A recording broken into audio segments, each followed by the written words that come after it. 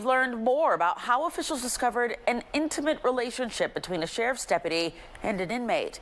Investigators saw video of inappropriate behavior on a cell phone they confiscated in a shakedown, and after hearing the audio, they have reason to believe the activity had gone on for a while. Fox 5's Morse Diggs is outside the Fulton County Jail with new images, Morse, from the investigation. We've learned there are 2 video clips of this inappropriate, intimate relationship. Sheriff Pat Labat says his officer broke the law. When Fox 5 reviewed court documents, investigators described confiscated cell phones and what was discovered on some of them. In the case of Officer Kawana Jenkins, there's video shot by an inmate inside a supervisor's office. In the newly revealed sequence, the video shows inmates saying, "Give them to me, give them to me," as said D.O. Jenkins gave inmate a set of Cartier glasses while licking and kissing on his right cheek facial area. The expensive designer item apparently referenced in a myriad of charges filed against the officer. No gifts permitted. On Wednesday, we reported on another clip, the courthouse document account of the inmate, this time only his hand visible, sticking their left hand pointing finger into the mouth of D.O. Jenkins in a sexual manner. Sheriff Pat Labat terminated Ms. Jenkins. He wrote, "The actions of this one individual are certainly not a reflection of the men and women of the Fulton County Sheriff's Office. The vast majority of employees are to be commended for their integrity, commitment to service, and the work they do day in and day out." The young lady was compromised, and I hope that she can get the help that she needs, but it definitely needs to be away from the sheriff's office. A retired sheriff supervisor, Charles Rambo, points out something that goes beyond the racy video account. Potential danger from the officer letting her guard down. Look at what else was pulled out of a maximum security floor during the late January raid that produced so many banned cell phones. 11 banned cell phones. Now, retired Lieutenant Rambo says when protocol is broken like this, potentially it puts every staff member in jeopardy. From Northwest Atlanta, I'm Morse Diggs, Fox 5 News. A shakedown inside the Fulton County Jail reveals an abundance of weapons and drugs either smuggled in or made by inmates from parts of the jail itself. So we found nearly 100 shanks, homemade knives, made from parts of the building, mostly screws, nails, etc. Fulton County Sheriff Pat Labat calling Wednesday's shakedown of every single cell in the jail eye-opening and just the beginning. The weapons laid out on display revealed how some inmates have made shanks and knives from objects they pulled from the walls and other areas of a building in disrepair. Late last year, Sheriff Labat gave Fulton County commissioners a tour of the Rice Street facility to build support for a new jail to replace this one. A lot of this, again, given the age of the building, has been going on for years, and we just want to make sure that we do the best job possible. And make sure the jail is safer, the sheriff says, for other inmates and detention officers. A little over 2 weeks ago, we had a detention officer that was assaulted, stabbed a couple of times in his head, as well as some defensive wounds. That officer, the sheriff tells us, is recovering and wants to get back to work. Cell phones have been a problem in the jail. They weren't found during this shakedown, but Sheriff Labat says they are working to make sure they find those too. We are implementing some new technology, both that will limit the transmission of cell phones, but at the same time help detect cell phones as well. Now, Fulton County commissioners approved a $1.2 million contract to study the prospect of a new jail earlier this year. Sheriff Labat estimates a new jail would cost between $400 and $500 million. Developing tonight, a Fulton County detention officer is now in jail himself and facing several charges. And this is all tied to a group of inmates allegedly attacking another person. Paula Suro spoke with the sheriff just a few hours ago. Paula, what did he have to say about what happened here? Yeah, Jennifer, Fulton County Sheriff Pat Labat tells me his office holds anyone accountable if they're accused of committing a crime, including his workers. That's why they arrested Reynard Trotman, who had been employed here since July 2022 and now faces more than a dozen charges. These are the charges fired Fulton County Detention Officer Reynard Trotman now faces after Sheriff Pat Labat says Trotman provided access for inmates to assault another detainee. He says Trotman was the only worker with that access at the time. Failed to render aid, failed to uphold, do their job. Took out the warrants necessary to make sure we had him arrested. Labat says they checked surveillance video after seeing an inmate with lacerations and puncture wounds. The detainee really tried to hide from other staff that he was injured. Once the right people did the right thing, we were able to get the necessary help. According to Trotman's post file, which shows an officer's employment and training history, he was previously employed at the Clayton County Sheriff's Office, where he worked for 6 years before voluntarily resigning. Labat says that sometimes happens when officers try to find a different work environment. He says he was shocked to learn about the attack in his own jail and Trotman's alleged involvement. And I remember vividly just the gregarious attitude, happy to be here. It's really irreprehensible to allow somebody to take advantage of another individual that you are supposed to be protecting. Sheriff Labat says the multiple detainees who attacked the inmate will also be charged. They are also looking into whether Trotman and the inmate knew one another and whether another employee could be involved. Now, Labat says that they transported that injured inmate to the hospital and that they are fortunate that he survived. As for Trotman, the sheriff would not confirm where he is being held now that he's been arrested, but tells us it is not here at the Fulton County Jail. In confusion for an Atlanta mother tonight. She says her son was stabbed and killed inside the Fulton County Jail, but the sheriff's office not releasing many details. Rachel Aragon is at the jail with the mother's plea for answers. The Fulton County Sheriff's Office saying they're not releasing any more details at this time, but one mother I spoke to earlier said she believes she deserves more answers after she got a dreadful call early this morning. Chandra Tolan has 3 sons. Her middle one, 32-year-old Dino Walker. It's unreal. It's not real. I just talked to him yesterday. His last words was, "Ma, I love you." This morning, she got another call, this time from police. He said, "I'm sorry to call you this way, but your son was killed last night."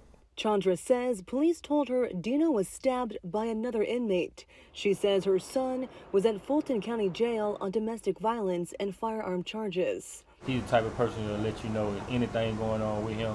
His family says Dino never mentioned he was concerned about his safety while in jail. His death comes just weeks after the sheriff's office told CBS 46 an inmate snuck a knife into the jail after he was arrested and stabbed a deputy multiple times. The deputy survived, but earlier this month, the Fulton County Sheriff said there's a bigger issue going on in the jail system. We've talked about that for months, right? Everything from the jail being overcrowded to really making sure we retain and recruit good women and men to join our law enforcement community. But to that end, it is one of those things that we just have to make sure our steps are followed, and we'll continue to tighten it up. He smiles all the time. He has a beautiful smile.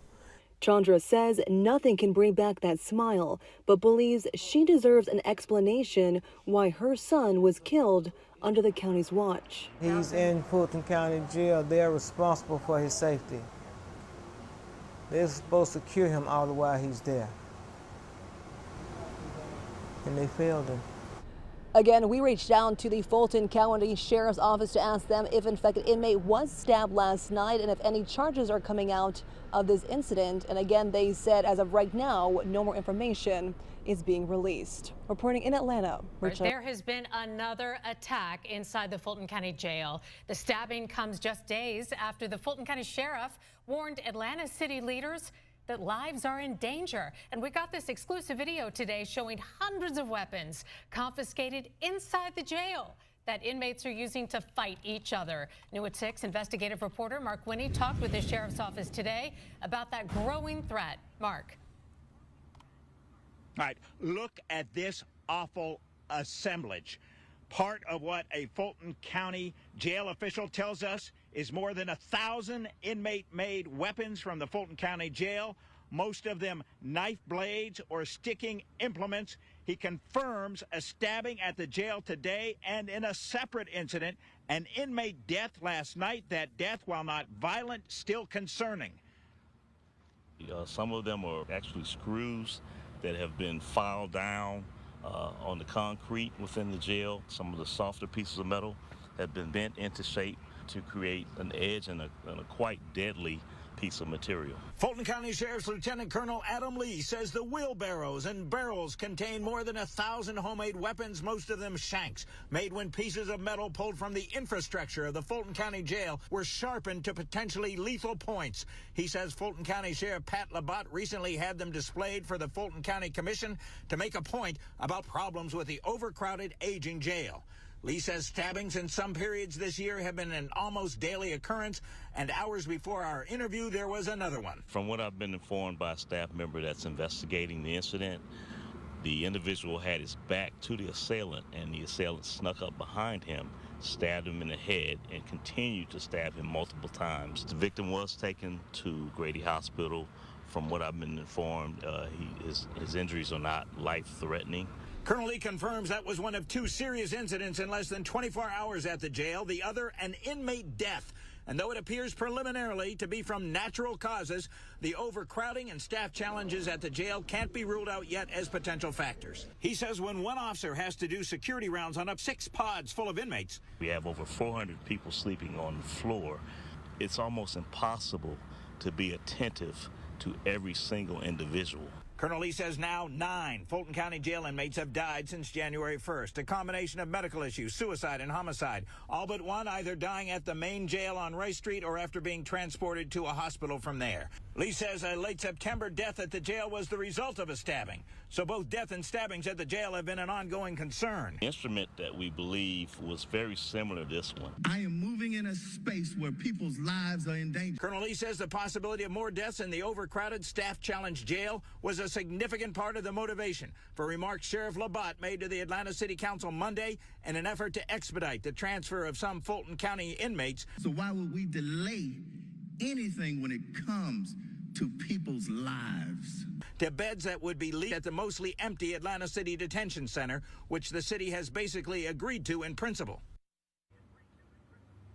Now, Tuesday, Fulton County Commission Chair Rob Pitt suggested to us a delay in moving inmates, in his opinion, jeopardizes life. So Lieutenant Colonel Lee says, as of today, 458 Fulton County Jail inmates were assigned to sleep on the floor in so-called boats in open bullpen areas, meaning they are not secured behind cell doors, which poses a threat both to staff and inmates, including making attacks with homemade weapons.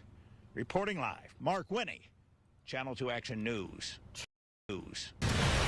Right now at 6, a local detention officer is now a prisoner in the same jail he used to work. It's a shame, but it won't be tolerated. And only Channel 2 Action News confronted the former officer as he was taken into custody. Anything you want to say about your side of the story? Live, local, late-breaking. This is Channel 2 Action News at 6 p.m. Coverage you can count on. Hope you're having a good Friday evening. Welcome to Channel 2 Action News at 6. I'm George Estevez in for Justin Farmer. Good evening, everyone. I'm Linda Stouffer. New at 6, a detention officer accused of smuggling items into the Fulton County Jail is under arrest. And only Channel 2 investigative reporter Mark Winnie was there to confront Antoine Brown as he was hauled away in handcuffs. Mark is live outside Fulton County Jail with the confrontation with the officer and what a search of his car turned up to, Mark. Yeah, Fulton County Sheriff Pat Labat says this involves an officer smuggling in a bunch of the kind of bits that fit in a screwdriver for jail security screws. Small items that could have a big impact on the safety of officers and detention officers inside the jail, and that effort has now had a big impact on one officer in particular. Did you break the law? Did you smuggle contraband? No. What's your response to allegations against you?